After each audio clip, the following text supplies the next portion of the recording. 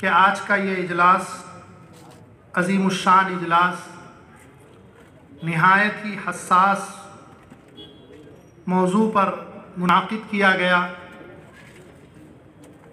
بغیر کسی تمہید کے میں اپنی طالب علمانہ گفتگو آپ حضرات کی خدمت میں بڑے ہی اختصار کے ساتھ رکھنا چاہوں گا، چونکہ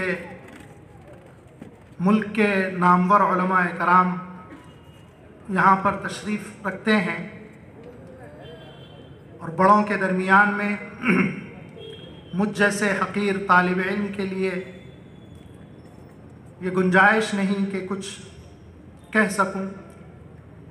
انہی حضرات کی دعاؤں سے چونکہ حکم ہوا ہے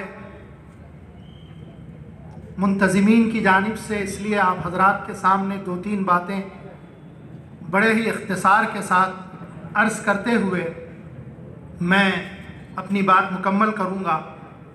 سب سے پہلی بات، محترم سامعین کرام، ہم اچھی طرح سے یہ بات جانتے ہیں، باشعور طبقہ ہے یہاں پر، کہ اس وقت پوری دنیا میں عموماً اور ہمارے اس ملک میں خصوصاً آئے دن اسلام اور مسلمانوں کے خلاف نت نئے جو حملے ہو رہے ہیں، یہ کسی سے عیاں نہیں، چھپی ہوئی نہیں ہے، لیکن آپ حضرات یہ بات جانتے ہوئے بہت درد محسوس کریں گے کہ مسلمان چاہے عملی اعتبار سے کتنا ہی کوتاہ کیوں نہ ہو، کمزور کیوں نہ ہو، وہ ہر چیز برداشت کر سکتا ہے، لیکن اپنے نبی کی شان میں ادنا سی گستاخی برداشت نہیں کر سکتا۔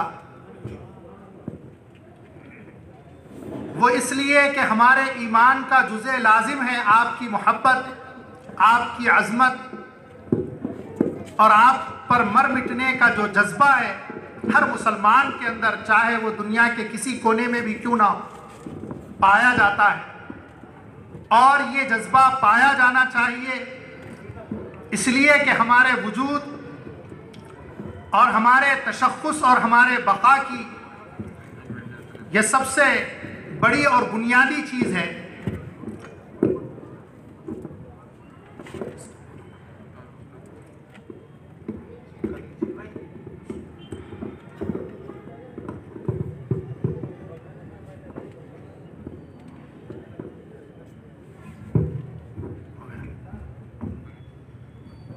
اللہم صلی علی سیدنا محمد وعلی آل سیدنا محمد۔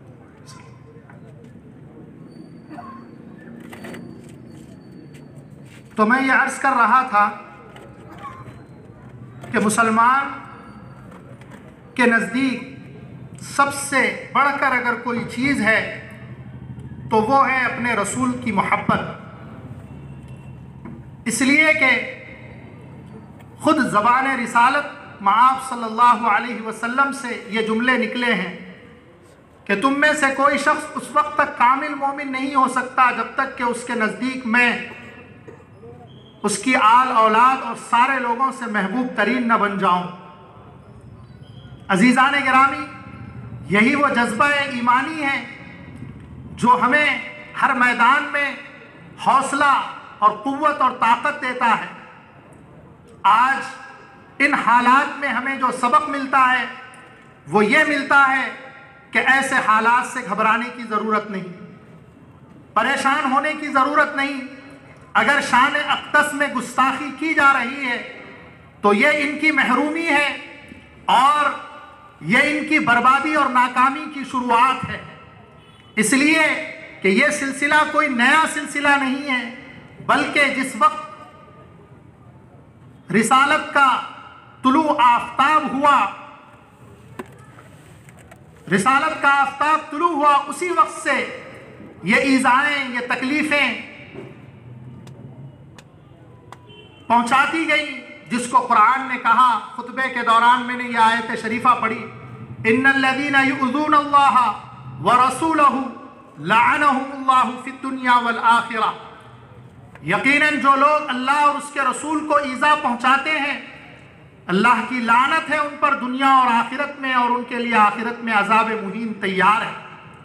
عزیزان گرامی، ہم تاریخ اسلام کو اگر اٹھائیں اور دیکھیں تو یہ بات ملتی ہے کہ جب جب رسول اللہ صلی اللہ علیہ وسلم کی شان میں گستاخی کی گئی، آپ کی تسلی کے لیے، آپ کی براءت کے لیے، آپ کو اطمینان دلانے کے لیے قرآن عرش سے اترا، ابتر کہا، دشمنوں نے آپ کو ابتر کہا، اللہ تبارک و تعالیٰ نے آپ کو تسلی دینے کے لیے پوری سورت نازل فرمائی، انا اعطیناک الکوثر فصل لربک وانحر ان شانئک هو الابتر۔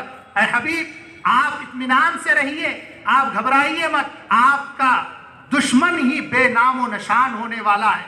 عزیزان گرامی، یہ وہ ذات ہے جس کے صدقے میں دنیا کو وجود ملا۔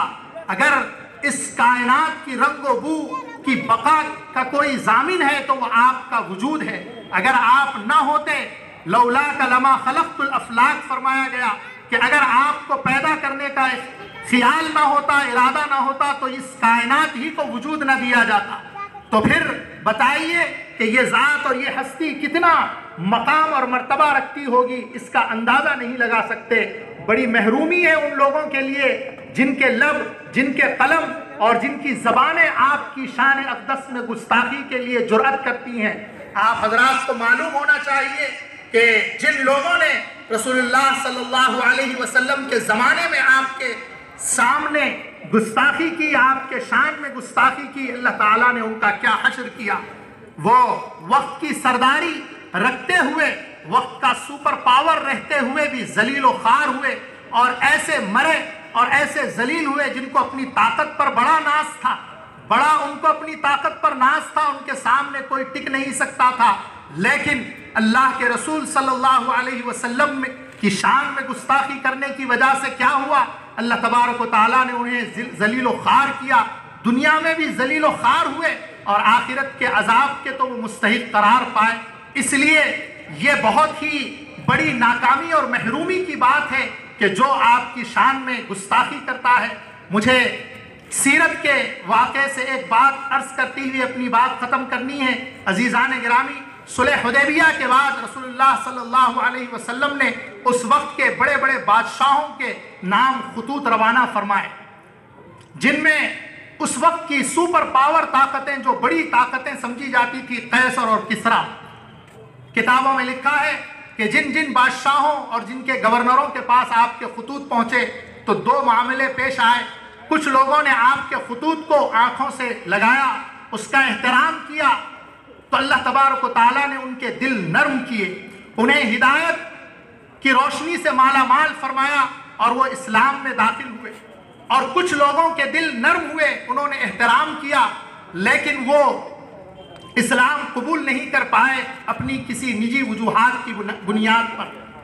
اسی طرح کتابوں میں آتا ہے کہ کچھ بادشاہ اور سلاطین ایسے رہے جنہوں نے آپ کے خطوط کو دیکھ کر غیظ و غضبناک ہوئے، غصہ آیا ان کو، اور انہوں نے آپ کے خطوط کی بے حرمتی کی۔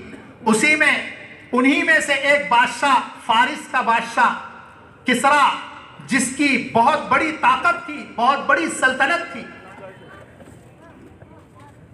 کسریٰ بادشاہ اس کے دربار میں جب قاصد نبی خط لے کر پہنچتے ہیں اور وہ خط دیکھ کر غضبناک ہو جاتا ہے، اس کے بعد اس نے اس خط کی بے حرمتی کی، اور بے حرمتی اس طرح سے کی کہ اس خط کو پھاڑ دیا اپنے ہاتھوں سے۔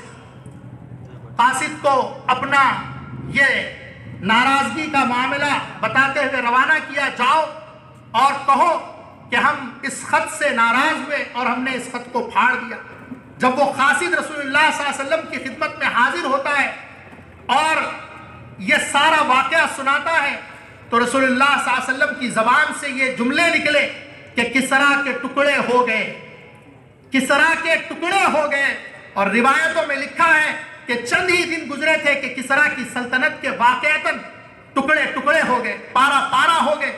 وہ طاقت اور وہ کسرا کی بادشاہت جس کا بول بالا تھا، دنیا جس کے رعب اور دبدبے سے ڈرتی تھی، لیکن آپ کے خط کی بے حرمتی کا نتیجہ، آپ کے فرمان کو پھاڑنے کا نتیجہ یہ ہوا کہ اللہ نے اس کی سلطنت کے ٹکڑے کر دیے۔ آج بھی وہی حالات ہیں، ویسی ہی حکومتیں آج حکومت کر رہی ہیں، اور آپ کی شان میں اگر یہ گستاخی کرتی ہیں تو پھر انشاءاللہ ہمیں امید ہے اور اللہ کی ذات سے پورا یقین ہے کہ وہ اپنے حبیب کی لاج ضرور رکھے گا، اور ان ظالموں کی حکومت کے بھی ایسے ہی ٹکڑے ہوں گے۔ یہ جائیں گے، یہ مٹیں گے، یہ فنا ہو جائیں گے، یہ برباد ہو جائیں گے۔ یہ ایک حصہ ہے آج کے اس عنوان کا کہ جس نے آپ کی شان میں گستاخی کی اس کا حشر دنیا میں برباد ہوا، وہ نہیں ٹک سکا، ان کی ساری طاقتیں، ان کی سارے دبدبے اور شوکت نیست و نابود ہو گئے۔ عزیزان گرامی، اس عنوان کا ایک دوسرا پہلو یہ ہے، یہ تو آپ کی عظمت ہے، یہ تو قانون الہی ہے، یہ ہو کر رہے گا، لیکن ہم پر بڑی ذمہ داری عائد ہوتی ہے۔ کیا ہم ہاتھ پر ہاتھ دھرے رہے ایسے ہی بیٹھیں گے اور رسول اللہ صلی اللہ علیہ وسلم کی شان میں یہ گستاخیاں جو ہو رہی ہیں اس کو برداشت کریں؟ یہ مسلمان کے ایمان کا تقاضا نہیں ہے۔ مسلمان کو اس وقت ان حالات میں کیا کرنا، ہمارے اکابرین کے ارشادات کی روشنی میں یہ حقیر آپ حضرات کے سامنے یہ بات عرض کرنا چاہے گا۔ عزیزان گرامی، اس وقت رسول اللہ صلی اللہ علیہ وسلم کی زندگی کو ہمیں اپنی زندگی کے تمام شعبوں میں لاگو کرنا ہے، داخل کرنا ہے۔ ہم چلتے پھرتے رسول اللہ صلی اللہ علیہ وسلم کے سچے غلام نظر آئیں۔ آپ معاملات میں بازار میں بیٹھے ہوئے ہیں تو آپ کے معاملات محمدی ہو، آپ معاشرت گھر میں کر رہے ہیں آپ کی معاشرت محمدی ہو، آپ عبادت مسجد میں کر رہے ہیں آپ کی عبادت محمدی ہو، آپ کے اخلاق محمدی ہو۔ غرض زندگی کے جتنے شعبے، ان سارے شعبہ حیات میں آپ کو رسول اللہ صلی اللہ علیہ وسلم کی زندگی کو اور اسوے کو اپنے اندر لانا ہے۔ یہ وقت کا اہم ترین تقاضا ہے۔ ہم اپنے کردار سے دشمنوں کو جواب دے سکتے ہیں، ہم کردار سے ہم ان لوگوں کو جو معصوم ہیں، جن کے ذہنوں کو زہر آلود کیا جا رہا ہے، جن کے ذہنوں کو پراگندہ کیا جا رہا ہے، وہ بہت معصوم ہیں، وہ بہت معصوم ہیں۔ آپ اندازہ نہیں لگا سکتے کہ اتنے سخت ترین حالات کے درمیان بھی ہم سفر کرتے ہیں تو برادران وطن کے ساتھ سفر ہوتا ہے، تو ان کے ساتھ جب ہم نرمی سے معاملہ کرتے ہیں، اخلاق سے پیش آتے ہیں، وہ ہمارے ساتھ اس سے زیادہ اخلاق سے پیش آتے ہیں۔ یہ برادران وطن کا مزاج آج بھی ہے، لیکن ضرورت اس بات کی ہے کہ ہم رسول اللہ صلی اللہ علیہ وسلم کی سچی اور پکی اطاعت اور فرما برداری والی زندگی اپنائیں تو انشاءاللہ یہ حالات بدلیں گے، اور اللہ تبارک و تعالیٰ ان لوگوں کے حق میں اگر ہدایت ہے تو ہدایت دے گا۔ اور آپ کو یہ بھی معلوم ہونا چاہیے، کتابوں کے حوالے سے یہ بات عرض کرتا چلوں کہ جو لوگ رسول اللہ صلی اللہ علیہ وسلم کی شان میں گستاخی کرتے ہیں، ہدایت سے محروم ہو جاتے ہیں، ان کے لیے ہدایت کا دروازہ بند ہو جاتا ہے۔ ایک زندہ مثال آپ نے دیکھ لی، جس ملعون نے قرآن کے سلسلے میں لب کشائی کی، رسول اللہ صلی اللہ علیہ وسلم کی شان اقدس میں گستاخی کی، دنیا نے آج دیکھ لیا اس کا کیا۔ آج ہمیں اترانے کی ضرورت نہیں ہے، ہمیں فخر کرنے کا موقع نہیں ہے، ہمیں اپنے ایمان کی فکر کرنے کی ضرورت۔ خدا نہ کرے 100 بار خدا نہ کرے، اگر عملی طور پر ہم بھی اسی طرح کی شباہت اختیار کرتے چلے جائیں تو کہیں ایسا نہ ہو کہ ہم سے بھی ایمان سلب ہو جائے اور ہمارے سے یہ عظیم دولت ہم سے چھن جائے۔ اللہ ہماری حفاظت فرمائے۔ تو عزیزان گرامی، اس وقت یہ 2-3 باتیں آپ حضرات کے سامنے عرض کرتے ہوئے میں اپنی بات کو ختم کرنا چاہوں گا۔ دوران گفتگو اگر مجھ سے کچھ غلطی ہوئی ہو تو میری اصلاح فرمائیں، اور میں مبارکباد دینا چاہوں گا آج کے اس جلسے کے منتظمین حضرات کو، خاص طور پر تقی حسین تقی صاحب کو اور ان کے رفقا کو، جو شانہ بشانہ ان کا ساتھ دیے اور اتنا عظیم الشان جلسہ یہاں پر منعقد ہوا۔ یہ بہت ہی قابل مبارکباد بات ہے۔ عزیزان گرامی، اس ناچیز کے دل میں یہ بات آتی ہے کہ کل حشر کا میدان ہوگا، رسول اللہ صلی اللہ علیہ وسلم ہوں گے اور آپ کا سامنا آپ سے ہمارا سامنا ہوگا بحیثیت امتی۔ تو کل آپ اگر ہم سے پوچھیں گے میرے شان میں گستاخی کی جا رہی تھی، میرے سلسلے میں ایسی باتیں کی جا رہی، تم نے کیا کیا؟ تو اس وقت ہم جیسے کمزور ایمان والے یہ تو کہہ پائیں گے کہ اللہ کے نبی صلی اللہ علیہ وسلم ہم نے آپ کے ناموس تحفظ ناموس رسالت کے عنوان سے جلسہ کیا. یہ جلسے معمولی نہیں سمجھیے اس کو، یہ جلسے بہت بڑی طاقت ہے.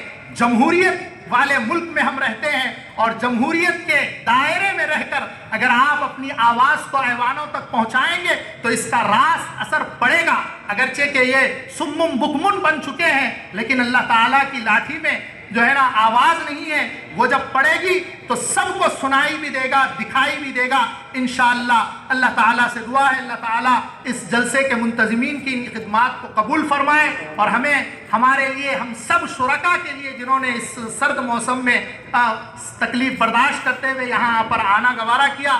میں دیکھ رہا ہوں ہماری ماؤں بہنوں کو بھی وہ بھی تشریف لائی، حالانکہ اعلان میں خواتین کے لیے پردے کا نظم ہے، ایسا میں نے اعلان نہیں کیا چونکہ ہماری مسجد میں بھی 2 دن سے اعلان ہو رہا تھا، لیکن اس کے باوجود خواتین آ رہی ہے. جذبے ایمانی ہے، مبارک ہو آپ کو اور ہم سلام کرتے ہیں ایسے جذبے کو. تو یہاں پر ایک بات اور نوٹ کرنی چاہیے، جو لوگ نہیں آئے انہیں اپنا جائزہ لینے کی ضرورت ہے. کیا وابستگی ہے عزیزان گرامی؟ کل اگر ہم سے پوچھا جائے گا میدان حشر میں کیا جواب دیں گے ہم؟ اللہ معاف کرے ہماری ان غفلتوں کو اور ہماری ان کوتاہیوں کو. بس میں ان چند باتوں پر اپنی بات ختم کرتا ہوں. وآخر دعوانا ان الحمدللہ رب العالمین. بہت بہت شکریہ مولانا ظہیر اللہ خان صاحب ارشادی. یقیناً آپ نے جو پیام دیا ہے وہ آج وقت کا تقاضا ہے اور آج کے اس جلسے کا انعقاد بھی اسی عنوان سے ہے کہ ہم تحفظ ناموس رسالت اور عظمت قرآن کریم کے متعلق یہاں پر گفتگو کریں.